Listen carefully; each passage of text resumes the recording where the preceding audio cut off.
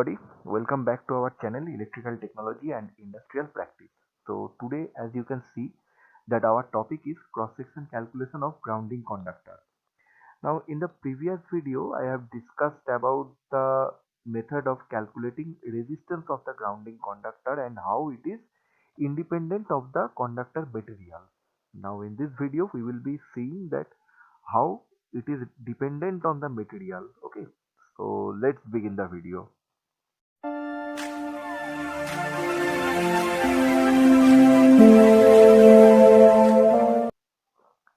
Now, for calculating the cross section of the conductor, the shown formula is the valid formula, which is I is equal to A in square millimeter into root over of T cap into 10 to the power minus 4 by T into alpha r into rho r into ln K0 plus Tm by K0 plus Ta. Okay.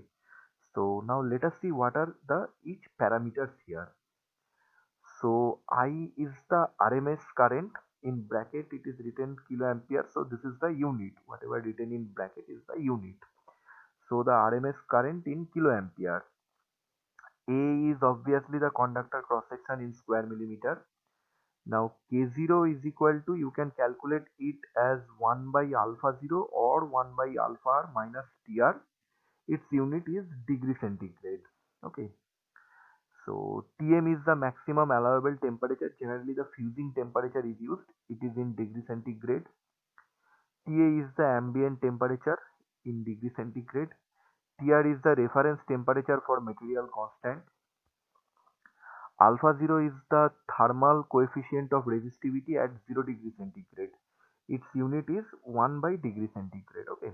And alpha r is the thermal coefficient of resistivity at reference temperature Tr. Its unit is also 1 by degree centigrade. Now rho r is the resistivity of the ground conductor at reference temperature Tr. Its unit is micro ohm centimeter. Okay. And T is the duration of current in second, and T cap is the thermal capacity per volume. Its unit is joule per centimeter cube into degree centigrade. Okay, so by using these parameters you can find out the cross section required. Now where will you get these parameters? This is available in various standard. You can find it in internet also, and you will find it in IEEE 80 also. There is a table which indicates this value. Okay, so now I am giving the typical values for galvanized steel, and you mention me the required conductor cross section in the comment section. Okay, so now I am mentioning the values. So you have to calculate the cross section of conductor for 50 kiloampere and T is equal to 1 second. So 50 kiloampere for withstand 1 second withstand capacity. Material is galvanized steel. Okay. Now the parameters are, it has some typical parameters I am showing you as an example. That is, conductor material resistivity is 8.6. Alpha R is equal to 0.0032. K0 is equal to 293. Tm is equal to 419. Rho R is equal to 20.1 and T cap is equal to 3.9. Okay. So by using this formula, you calculate the required cross section for 50 kiloampere for 1 second and mention in the comment section. Okay, so it will be a flat.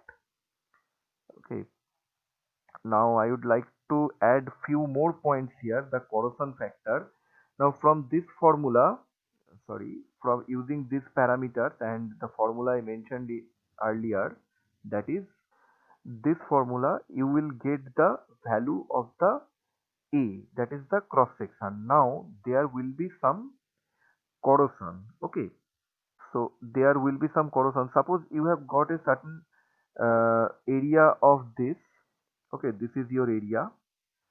Now you will your conductor will be corroded by after laying of the as it is laid under the ground. Okay, so you need to consider the corrosion factor also. In the next video I will be discussing about the what will be the percentage of corrosion factor.